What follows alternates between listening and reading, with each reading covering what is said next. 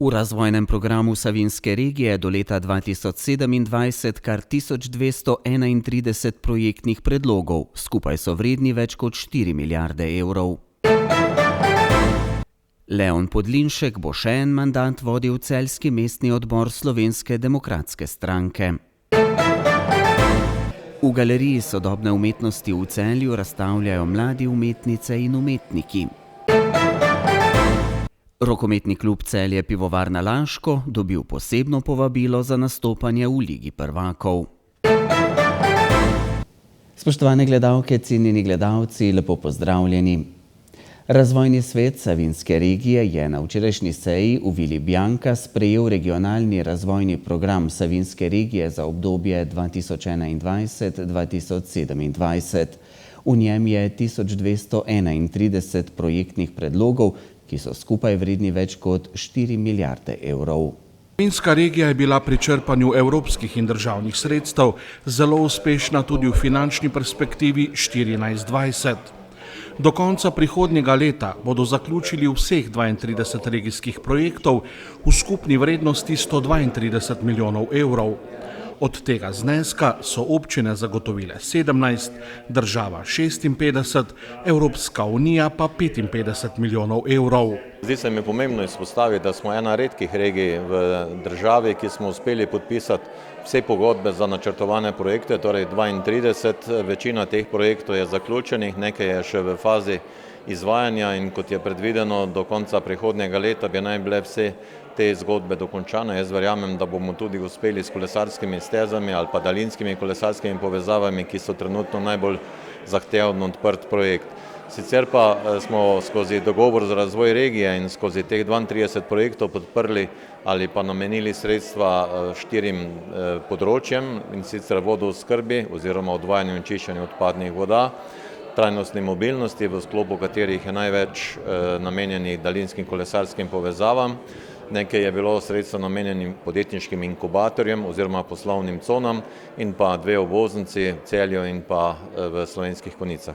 Včeraj sprejeti razvojni program Savinjske regije zajema kar 1231 projektnih predlogov, katerih vrednost je ocenjena na več kot 4 milijarde evrov in sledi viziji regije, ki je zelena, digitalna, inovativna, opolnomočena in ljudem prijazna Savinjska regija. Program je zelo ambiciozno zapisan in mislim, da je tako tudi prav. Namreč izkušnje kažejo, da večino projektov, s katerimi se želimo v prihodnje občine prijaviti na različne javne razpise, mora biti zavedenih tudi v regionalnem razvojnem programu. Sicer pa Savinjska regija si prizadeva biti zelena, inovativna, ljudem prijazna, opolnomočena in tem ciljem bomo tudi sledili. Razvojni program je sestavljen iz strateškega in programskega dela. Strateški ima predvsem 3 ključna področja, ta pa so, da bi večino sredstev ali pa veliko lahko namenili. Za naprej je pa seveda veliko vprašanje, koliko je tistih sredstev, ki se bodo lahko dejansko angažirala v Savinjski regiji glede na regionalni razvojni program. V vseh regijah je regionalni razvojni program pripravljen takšen, da je nabor ukrepov izredno velik. Zdaj, bolj kot to, da se v tem regionalnem razvojnem programu našteva že v sedanji fazi vse projekte, je pomembno to, da regija zna identificirati svoje potencijale. Se pravi, poslanstvo regije, vizijo regije in pa potencijale, kjer bi lahko te projekte potem podprli z tem denarjem, ki bo prišel. Z novim razvojnim programom regije so zelo zadovoljni tudi v mestni občini Velenje, saj bo del sredstev namenjen pravičnemu prestrukturiranju Šaleške doline, kar je posledica zapiranja premogovnika Velenje. Postavili smo temelje bodoče finančne perspektive in hkrati tudi postavili temelje za bodoče prestrukturiranje celotne SAŠA regije. V samem programu je cilj 6, kateri predvideva pošteno prestrukturiranje, pravičen prehod naše doline, tako da to, kar smo se skozi prizadevali, seveda to še ni vse. Je pa potrebno tudi še v tem času se ravno sprejemati tudi območni načrt, s kateri bodo tudi konkretni projekti opredeljeni. To pa ravno v tem trenutku poteka skupaj z ministrstvi in pa tudi z Evropsko komisijo. V teh dneh razvojne programe sprejemajo tudi v ostalih regijah. Naslednji korak bo sprejetje operativnega programa. Sedaj je potrebno počakati, da bo sprejet operativni program, torej gre za dokument med Evropsko komisijo in Republiko Slovenijo. Na osnovi tega pa se bodo v prihodnje pričeli pripravljati vsebine na resornem ministrstvu, ki bodo podlaga za oblikovanje dogovora za razvoj regij za naslednjo finančno perspektivo in prijavitelji predvsem čakamo, s katerimi projekti se bomo lahko prijavili, na katerih področjih in koliko sredstev bo na razpolago. Če bo Savinjska regija tako uspešna z pridobivanjem razvojnih sredstev v bodočem tem regionalnih razvojnem programu, ki ga je danes sprejel svet oziroma oba sveta, razvojni svet regije in svet regije, da so to zelo dobri izgledi za nadaljni razvoj Savinjske regije. Zdaj pa koliko sredstev bo, ali bo ravno toliko sredstev, ali bo nekoliko manj, ali morda celo nekoliko več, je pa še stvar diskusije, o tem pa pač ne moremo še zdaj špekulirati. Pomembno je, da vemo, kaj so prioritete regije in na te prioritete, na osnove regionalnega razvojnega programa, ki je bil danes sprejet, se bodo potem ti projekti tudi nanašali in tudi izvajali.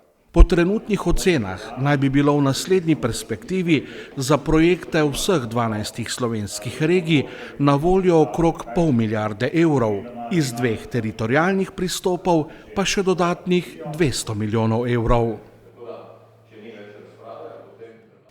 Leon Podlinšek bo celjski mestni odbor Slovenske demokratske stranke vodil tudi v naslednjem 4-letnem obdobju.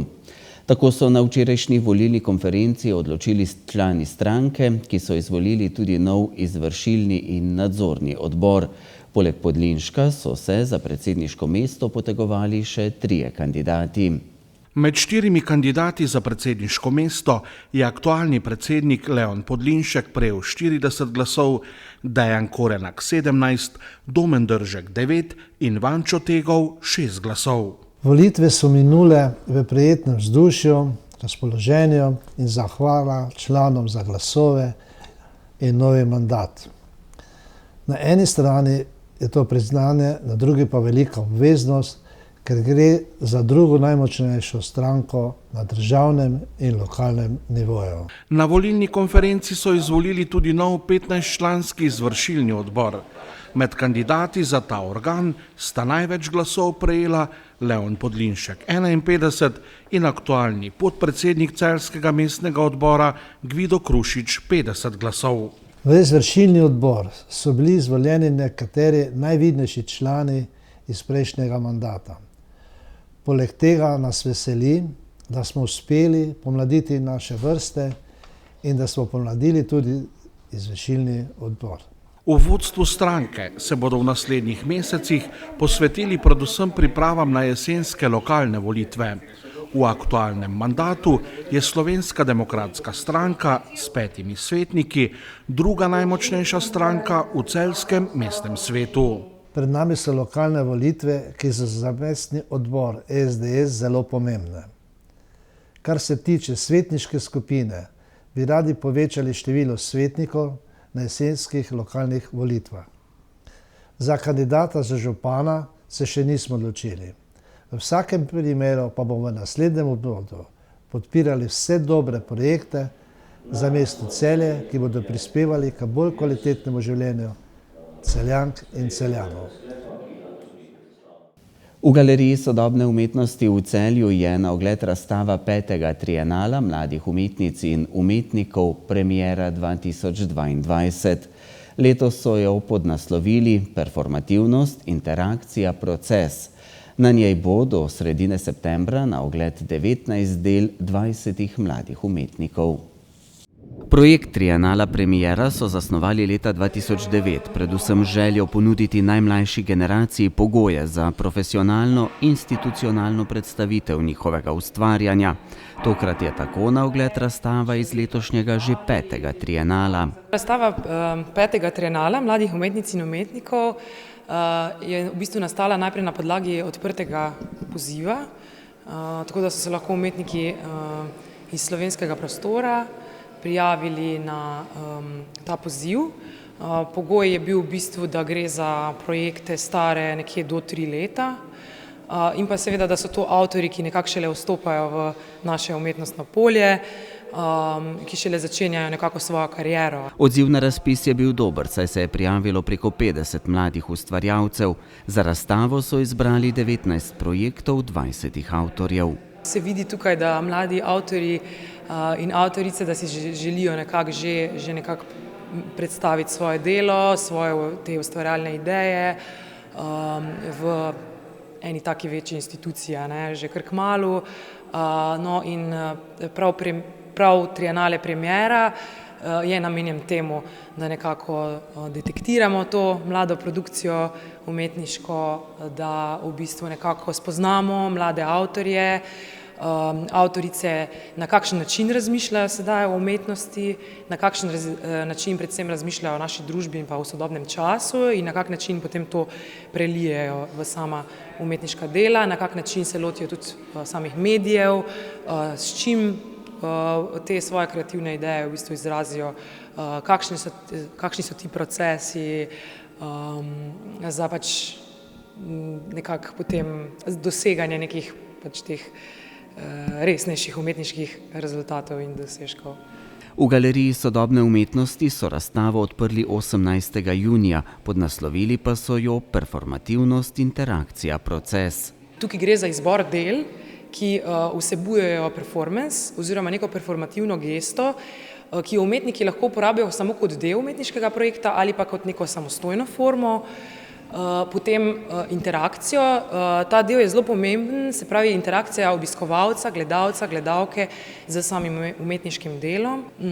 Proces pa zato, ker v bistvu gre za marsikatera dela na razstavi, ki samo to procesualnost zelo močno izpostavijo v delu. Potem se seveda to izriše na najrazličnejše pač materialne načine, od grafike, instalacije, objekta, ampak je ta proces, kako pač prideti do tega nekega rezultata, zelo pomemben v samem umetniškem delu. V spremljevalnem programu razstave bodo septembra izdali še katalog, vsak mesec načrtujejo tudi javno vodenje, na katerem se bo kustosom vedno pridružil še kdo od sodelujočih umetnikov. Napovedujejo delavnico performansa s Tino Jeranko in poletne otroške ustvarjalne delavnice. Razstava bo na ogled do 11. septembra.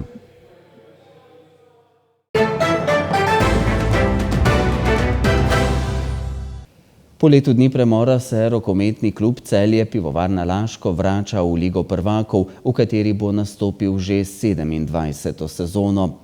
Celjski klub je eden izmed 7 klubov, ki je s strani Evropske rokometne zveze med 13-terico zainteresiranih prejel posebno povabilo za nastopanje v Ligi prvakov. Zelo smo pač nekako veseli, da smo ponovno v Ligi prvakov. S tem se tudi pokazala neka pravilna odločitev, da smo se v njo prijavili.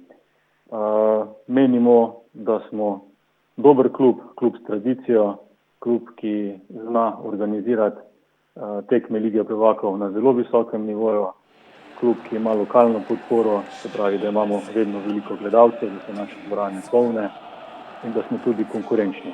Tako da mi z neko samozavestjo in z velikim nekim znanjem, ki smo ga že imeli, pa pridobivali skozi vsa ta prejšnja leta, stopamo v novo sezono z Ligo prvakov. Za celjski klub bo to že 27. sezona na najvišjem evropskem klubskem nivoju, s čimer se lahko pohvali le še peščica klubov v Evropi. To se kaže na to, kako bogato in dolgo tradicijo ima rokometni klub Celje Pivovarna Laško.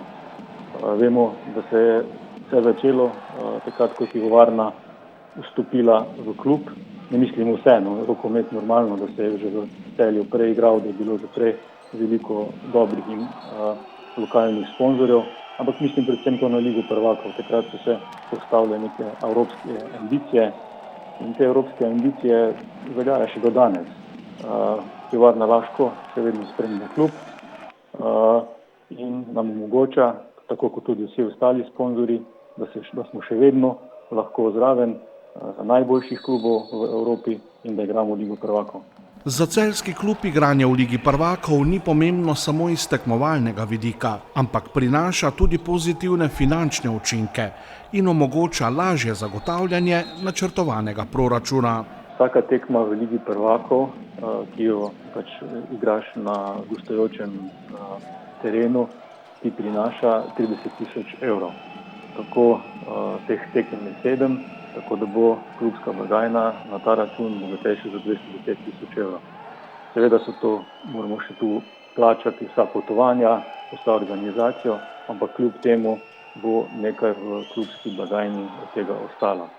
Seveda Evropska liga je dosti manj prinaša po vsaki tekmi, so pa potovanja podobna. Treba iti v Francijo, Nemčijo, Dansko, Poljsko, Madžarsko, Hrvaško. Tako da po gostovanjih sta obe ligi zelo primerljivi, vendar Liga prvakov prinaša veliko več na gostujočo tekmo. Tekmovanje v Ligi prvakov bo v prvem delu tudi letos potekalo v 2 skupinah s po 8 moštvi. Za uvrstitev v osmino finala bo potrebno osvojiti najmanj 6. mesto v skupini.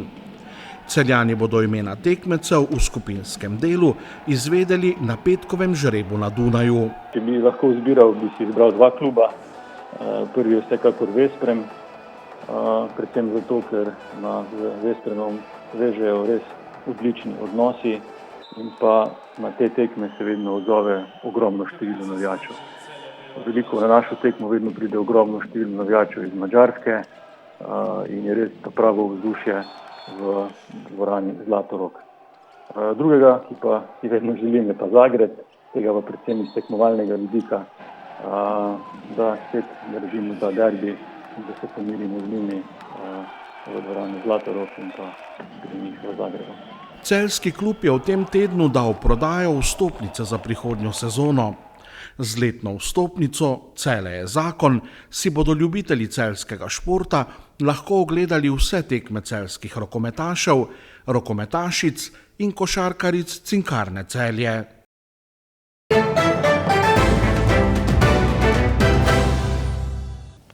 Jutri bo delno jasno s spremenljivo oblačnostjo, sredi dneva, popoldne in zvečer bodo znova krajevne nevihte.